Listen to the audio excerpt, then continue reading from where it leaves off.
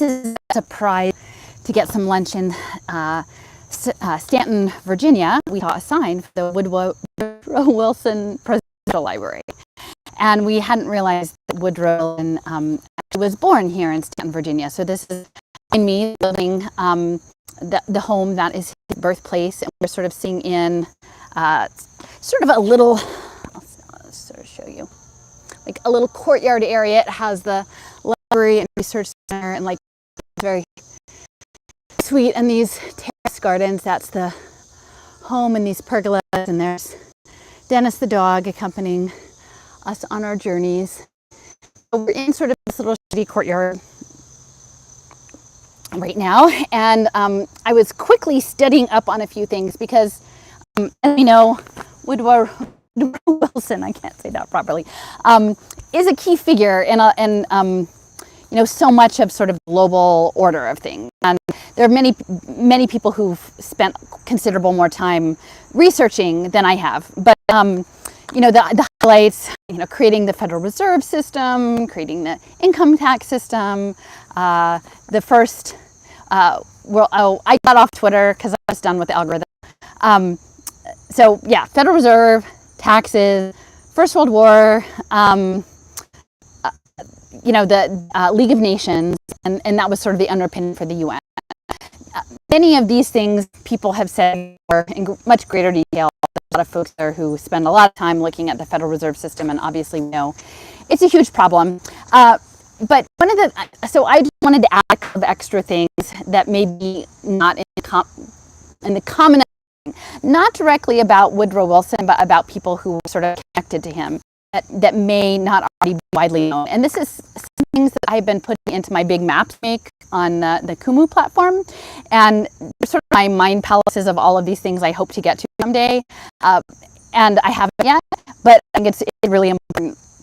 So the two people I want to talk about in relation to Woodrow Wilson, the first one is his daughter, Margaret. No, I'm sorry about the choppy audio, guys. If it's too bad, you don't have to watch.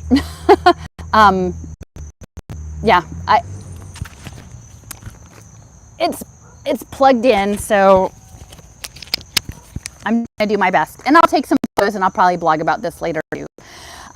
So his eldest daughter, Margaret, after he had a stroke in office, she was his caretaker, and when he died, she was given an allowance, essentially. Like her inheritance included a monthly stipend, but it didn't.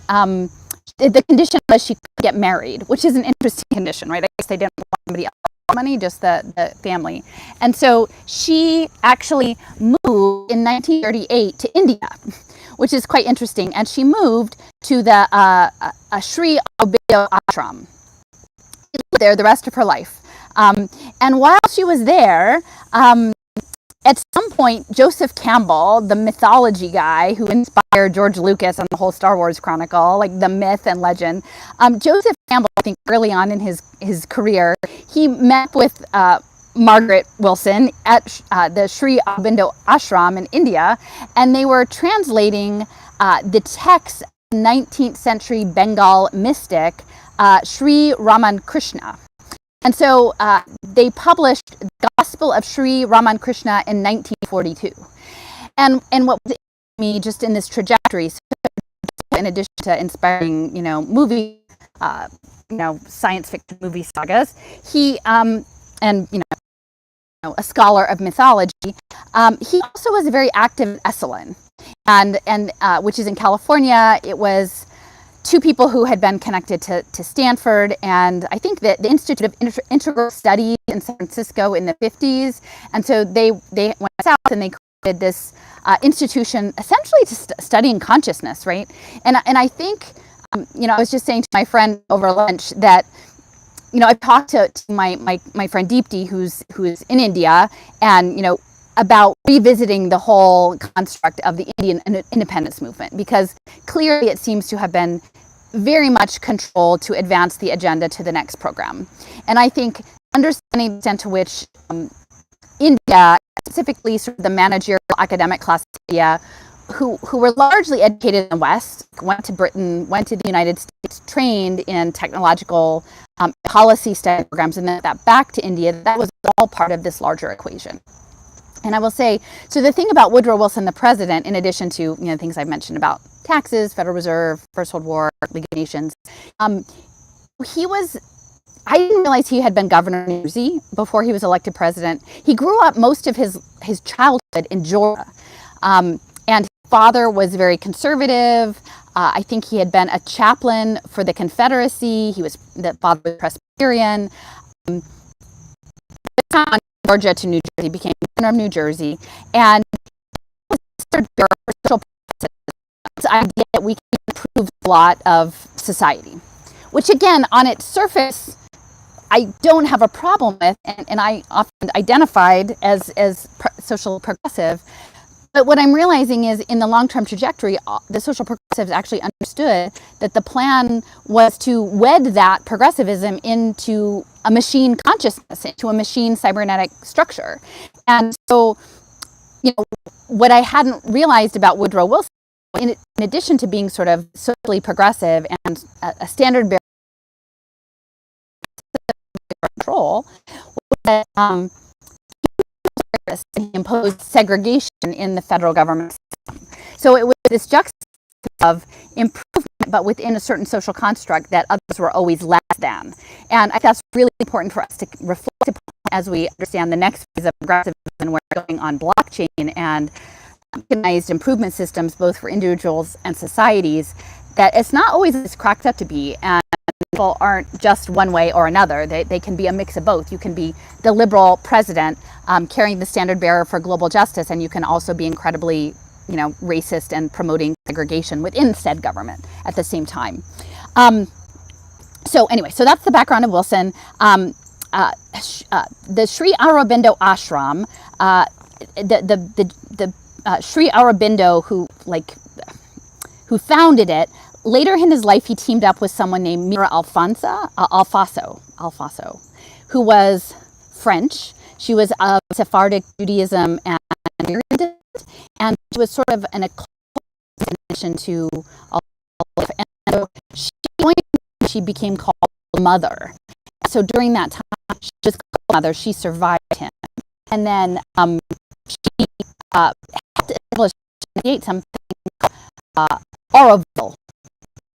Interesting, because Aura and Aurora seems to be central in all of this transformation.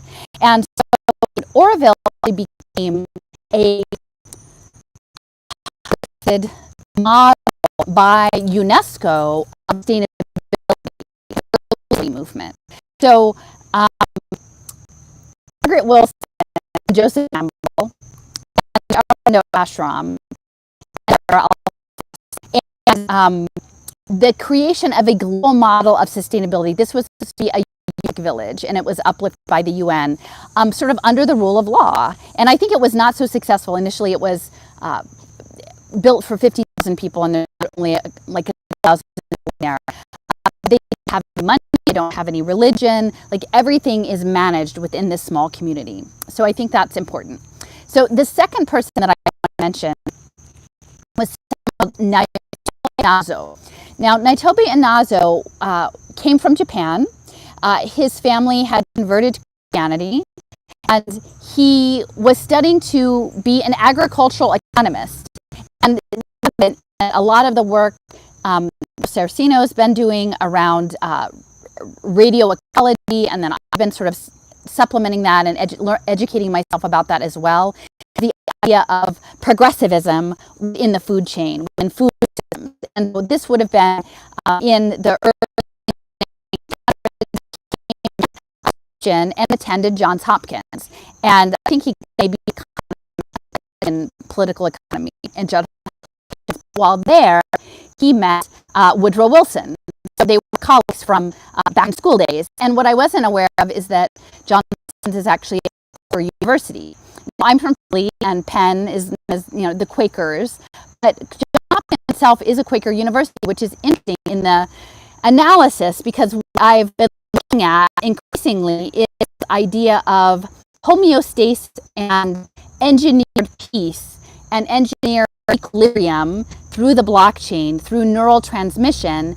And how this relates to the Quakers who were at the dawn of the Industrial Revolution, who were primary financiers in England, who essentially are sort of the liberal progressivism right now, but that this idea of engineered peace, right, engineered peace through nanotechnology or biotechnology, that starts to get kind of tricky.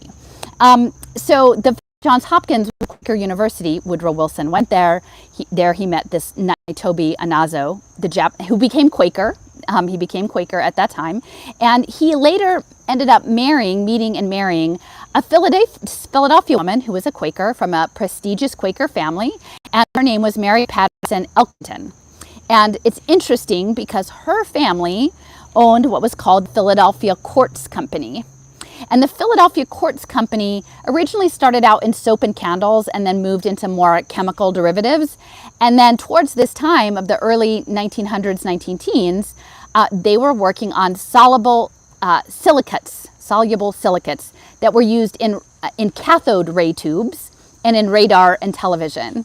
And so what's really interesting for me, when I think about the engineered consciousness, the engineered optimization of life, the Quakers actually early on identified themselves as children of the light.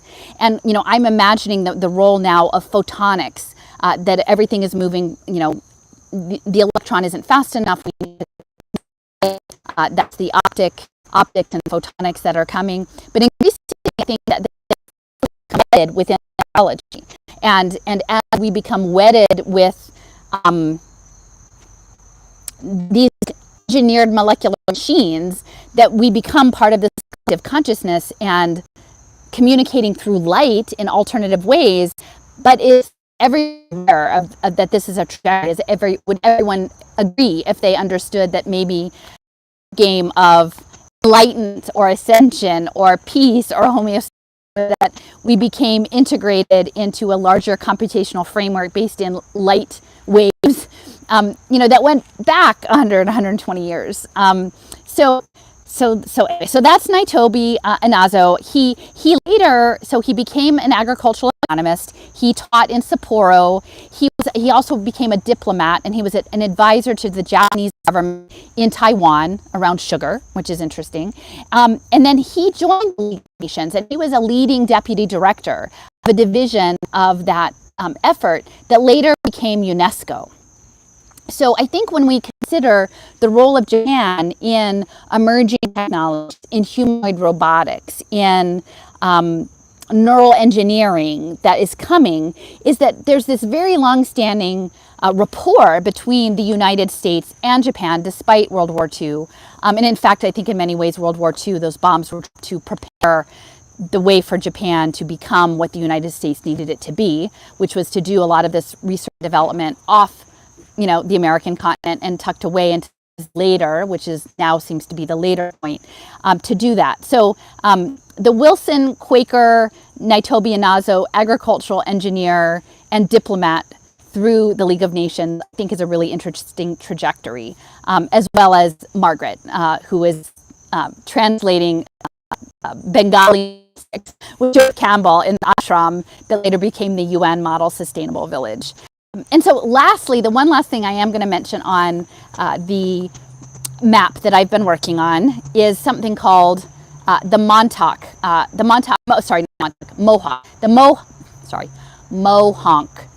House. It's on the upper Hudson River near New Paltz. It's this amazing Victorian estate. And what I just found out a couple of weeks ago is it was actually at the home in the 1890s of a series of conferences that established something like the case for international arbitration. Again, this is back in the 1890s. And the people who established Mohonk House were twin brothers. These brothers were Albert and Alfred Smiley. They built this grand rambling Victorian resort on these mountains alongside the Hudson, sort of the mid-Hudson near New Paltz.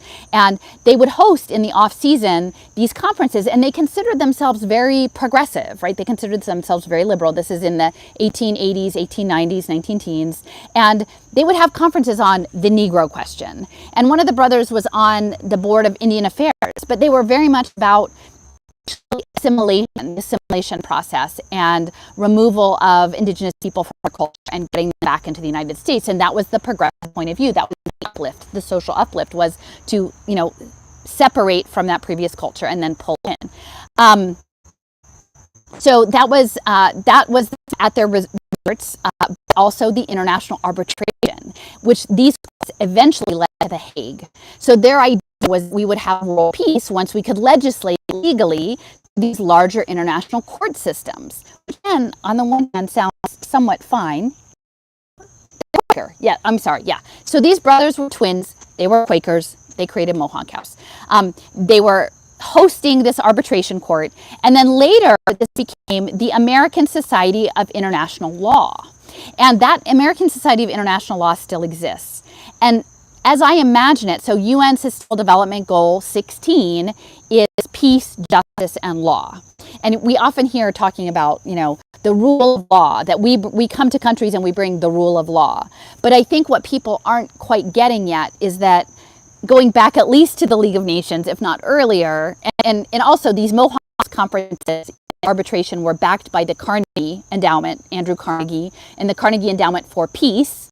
Again, this is a guy who's the steel industrialist and uber capitalist, and he's one that's going to engineer peace through these laws. But these laws are intrinsically linked to a globalized network that are being imposed by people who are meeting essentially in secret by invitation only up at Mohawk House, in the off season. So to me, that feels very important because Earlham College, that I've mentioned a couple times in a couple other videos, where Julia Struman papers are, Struman being the part of the core group that helped establish the state of Israel, like finance it. Back in the day, he was a lumber guy. He was all very interested in this integration, this next level of consciousness with Oliver Reiser and Irvin Laszlo, this global systems engineering of society. So Julia Schulman's paper has ended up at Earlham College. One of the presidents of Earlham College was part of this International Arbitration Institute. He was its secretary, and when he became president of Earlham College, he brought a lot of the international policy discussions to this little Indiana school. And again, you wouldn't imagine, right? You wouldn't imagine like a global world order like being hatched out of a small Quaker college or something like that. But I think it goes way back to this idea of engineered progressivism, engineered social uplift, but to the point that we haven't actually had a chance to agree upon what social uplift looks like. Like, would we want to be part of a hive mind consciousness? Like, are they, the Borg? Do we want to join the Borg to sell world peace? I don't know. Like, there's questions. We're certainly not talking about it very much. So all of this goes back tangentially to Woodrow Wilson. And I just want to, I'm going to sort of a little walk around now of the area, go back to our car and head on home. But I think Margaret and Aurobindo and Oroville and the mother, Mira Alfasa, and these connections and the Indian independence movement, because I think in many ways the Enlightenment, right? There's the children of light, the Hindu practice of enlightenment and mental discipline, that India had the technology, like they had the sacred technologies of certain people to access this other level of existence that the scientists really want. And so they need to dissuade the people whose technology it was and sort of, and then study it and try to package it, redefine it on Western terms. And I feel that's what's happening. And then also within the terms of liberalism and social pacifism, like this is for your own good. And, I came from the progressive left, and I haven't really swung right either, conservative right. I'm not really anywhere at this point. But if the idea of extended sort of this global order of like the idea of big brother state and nanny state, actually, when that thing becomes a massive computer network, the decentralized autonomous organization of the UN Sustainable Development Goals, that's not going to be good, clearly, for human life on the planet, for other beings on the planet, because what that is going to require to turn us into children of the light is to be pushed into the metaverse and put sensors that will essentially kill and disrupt all of the bioelectrical fields of the natural world. So, yeah, so I'm gonna just pack up. I'm gonna show you, I'll show you, I made a little heart here. So I have a few more materials. I laid it out with lavender and dandelion around, and then we have, again, like a bur oak, and we have some little stack stones, and some shells, and the stuff I put out. I picked some lavender and some rosemary and some cedar on the way up. I found some beautiful acorns, actually, at Virginia Southwestern University?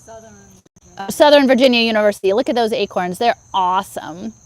And so anyway, our tools are that. And then we've got the lovely little ladies that we made last night. I'm gonna maybe make some more. If anyone's ever interested in making some ladies with us, that would be fine.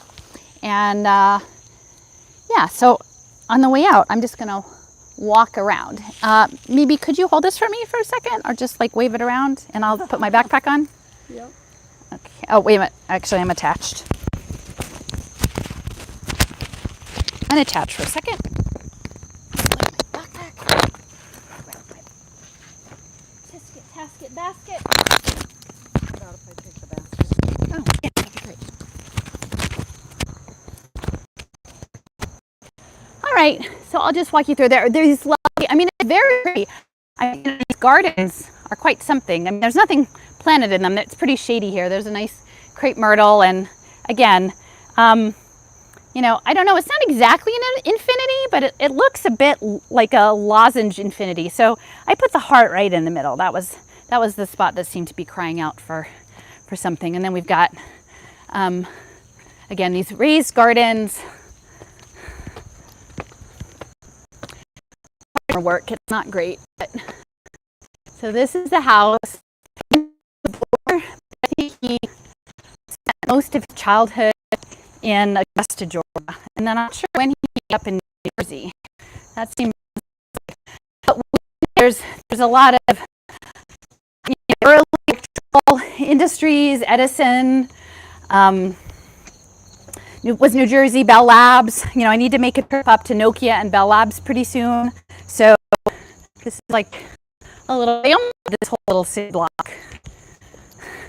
It's quite charming. Couldn't imagine sort of the beginning of the globalist order, global financial network. Look, right here, Staunton. So again, this is his house. Let's see if it zooms in. So yeah, National Park Service. So anyway, so that's the slope, and then we'll go just to the tour downtown.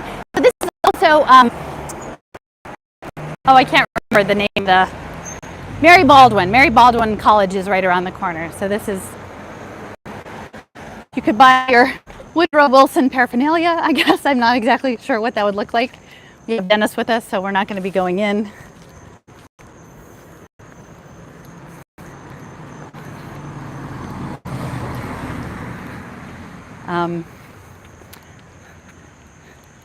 So here's a presidential car. Oh, look, AAA. Pierce Arrow, the chariot of the president. All right. So the car culture has arrived, and then Henry Ford initiative to create workers to build the cars. Oh, that's true. Yeah. So educational. Yeah. So my friend here was just saying, we were talking a little bit about the Fordism, right? This idea of Ford, which would have been, the same era as Edison, as well as Walter Russell as well, this of the assembly line worker, and that everyone just has one specialized task. They just do it over and over and over again for efficiency. And I did a nice podcast on Diego Rivera and these Detroit murals, and I talked a bit about Fordism, and what we talked about. Essentially, at the beginning, they couldn't. Oh, this doesn't look good. They couldn't get people to do the work because it was really soul numbing. But eventually, what they would do was they paid them enough and gave them some profit sharing or something that eventually people would submit, and they would do the work. But it was pretty awful work, especially if you or in some of the more toxic smelting aspects. So yeah, I mean, I guess that's mostly it. There's like another building towards the end, but I guess I'll end it for now. But yeah, Woodrow Wilson. But don't forget Margaret. Check out Margaret Wilson at Sri Aurobindo Ashram in Auroville, and keep in mind the connections to Japan, because they matter and they go back a long